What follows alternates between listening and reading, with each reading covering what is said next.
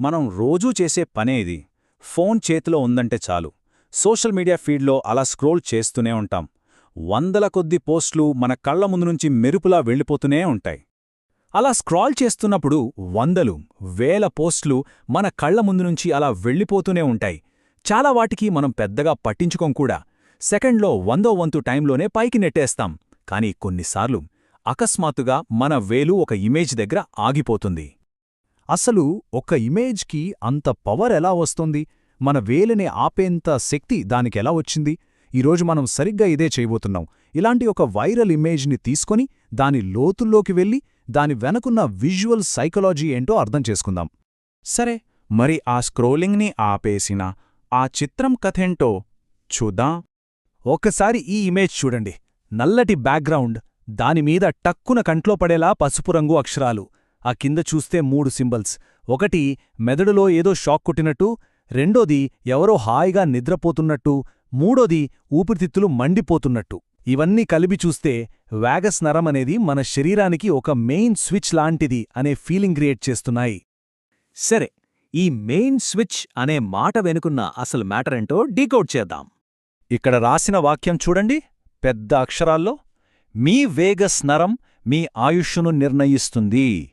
ఈ వాక్యంలో అన్నింటికన్నా పవర్ఫుల్ పదం ఏదైనా ఉందంటే అది నిర్ణయిస్తుంది. అదేనండి, డిసైడ్స్. ఒకసారి ఆలోచించండి, ప్రభావితం చేస్తుంది అనడానికి, నిర్ణయిస్తుంది అనడానికి ఎంత తేడా ఉందో.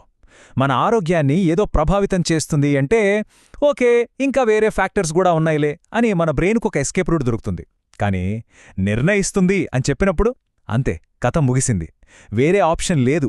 మన ప్రాణం మొత్తం ఆ ఒక్క నరం చేతిలోనే ఉంది అనే ఒక ఫైనల్ స్టేట్మెంట్ అది. ఇక్కడితో ఆగలేదు. ఈ ఇమేజ్ మనలో భయాన్ని ఇంకా పెంచడానికి, దాన్ని మన పర్సనల్ ప్రాబ్లంగా మార్చడానికి సైకాలజీని ఎలా వాడుకుందో చూద్దాం. తర్వాత మన కంట్లో పడే నెంబర్ ఇది, 1 in 3.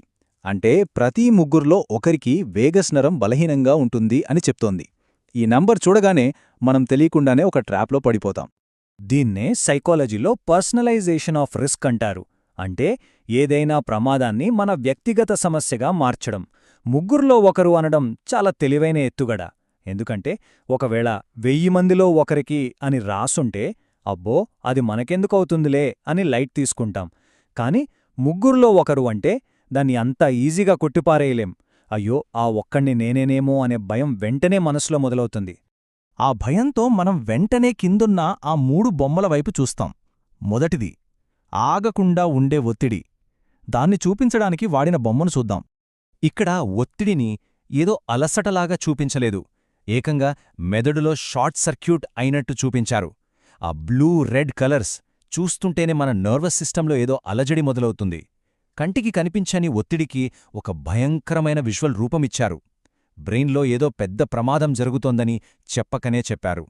సరే, ఒత్తిడి తర్వాత వచ్చే సమస్య నిద్రలేమి. కాని ఇక్కడొక విచిత్రముంది.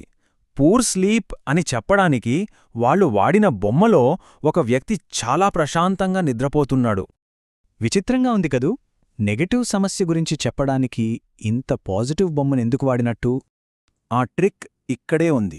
వాళ్ళు మనకు సమస్యను చూపించట్లేదు, ఆ సమస్యకు పరిష్కారం దొరికితే ఎంత బాగుంటుందో చూపిస్తున్నారు. ఎవరైతే నిద్రలేమితో బాధపడుతున్నారో వాళ్ళు ఆ బొమ్మ చూడగానే అబ్బా, నేను కూడా ఇలా హాయిగా నిద్రపోయి ఎన్ని రోజులయ్యిందో, నాక్కూడా ఇలాంటి నిద్ర కావాలి అనే ఒక బలమైన కోరిక పుడుతుంది. అంటే ఒకే దెబ్బకు 2 పిట్టలు, భయాన్ని చూపించారు, అదే సమయంలో ఆశను కూడా అమ్ముతున్నారు. ఇక మూడోది, అన్నింటికన్నా సీరియస్గా అనిపించే లక్షణం క్రానిక్ ఇన్ఫ్లమేషన్, అంటే దీర్ఘకాలిక వాపు. ఈ పదం వినగానే మనకు ఇదేదో పెద్ద సైంటిఫిక్ సమస్యలా అనిపిస్తుంది. అసలు ఇన్ఫ్లమేషన్ అంటే చాలామందికి అర్థం కాకపోవచ్చు. కానీ ఆ బొమ్మ చూస్తే ఎవరికైనా విషయం అర్థమైపోతోంది. ఊపిరితిత్తులు నిప్పులో కాల్తున్నట్టు చూపించారు. అంటే శరీరం లోపల ఏదో మంట మొదలైందని, అది శరీరాన్ని లోపల్నుంచి కాల్చేస్తోందని ఒక భయంకరమైన విజువల్ వార్నింగ్ ఇస్తున్నారు. సరే, ఇన్ని రకాల భయాలు, ఆశలు క్రియేట్ చేశాక ఫైనల్గా వాళ్లు వేసిన ఎత్తుగడ ఏంటో చూద్దాం. అదే క్యాప్షన్ చదవండి అనే ట్రాప్. ఇంత చూపించి చివరికి క్యాప్షన్ చదవండి అని వదిలేశారు. పరిష్కారమేంటో చెప్పలేదు, కావాలనే ఆ సొల్యూషన్ని దాచిపెట్టారు. ఇదే అసలైన ట్రాప్. దీన్నే సైకాలజీలో ఓపెన్ లూప్ టెక్నిక్ అంటారు. ఒక కథ మొదలుపెట్టి మధ్యలో ఆపేస్తే ఎలా ఉంటుందో అలాగన్మాట. మన మెదడికి సస్పెన్స్ అంటే అస్సలు నచ్చదు. దానికొక ముగింపు కావాలి. ఆ సమాచారం కోసం మనం ఏం చేస్తాం? ఖచ్చితంగా క్యాప్షన్ చదువుతాం. మనమలా క్యాప్షన్ చదువుతున్నంతసేపు ఆ పోస్ట్ మీదే ఉంటాం. ఇది సోషల్ మీడియా ఆల్గారిథమ్స్కి ఒక సిగ్నల్ పంపిస్తుంది, ఈ పోస్ట్ చాలా ఇంట్రెస్టింగ్గా ఉంది అని. అయితే ఈ భయమంతా ఒక ప్యాకేజ్ లాంటిది. కానీ ఆ ప్యాకేజ్ లోపల కొంత నిజం కూడా ఉంది. ఆ కనెక్షన్ ఏంటో చూద్దాం. ఈ ఇమేజ్లో వాడిన ట్రిక్స్ అన్నీ పక్కన పెడితే అది చెప్పాలనుకున్న అసలు విషయం చాలా ముఖ్యమైనది. మన మెదడులోని ఒత్తిడి, మన నిద్ర, మన శరీరంలోని వాపు ఇవన్నీ వేర్వేరు సమస్యలు కాదు. అవన్నీ ఒకదానితో ఒకటి ముడిపడి ఉన్నాయి. మన జీవితకాలాన్ని కూడా ఇవి ప్రభావితం చేస్తాయి. మానవ శరీరమంటే విడివిడి భాగాల కలయిక కాదు, అదొక అద్భుతమైన నెట్వర్క్. ఈ ఇమేజ్ మనల్ని భయపెట్టినా సరే చివరికొక ముఖ్యమైన విషయాన్ని గుర్తుచేస్తుంది. మన మెదడులో మొదలయ్యే ఒత్తిడి మన నిద్రని ఎలా పాడుచేస్తోందో, అది చివరికి మన శరీరాన్ని ఎలా దెబ్బచేస్తుందో చూపిస్తుంది. సోషల్ మీడియాలో ఇలాంటి సైకలాజికల్ ట్రిక్స్ చూసినప్పుడు మనం మన ఆరోగ్యం గురించి మరింత లోతుగా, ఒక సంపూర్ణమైన దృష్టితో ఆలోచించాల్సిన అవసరముంది అనిపిస్తుంది కదా.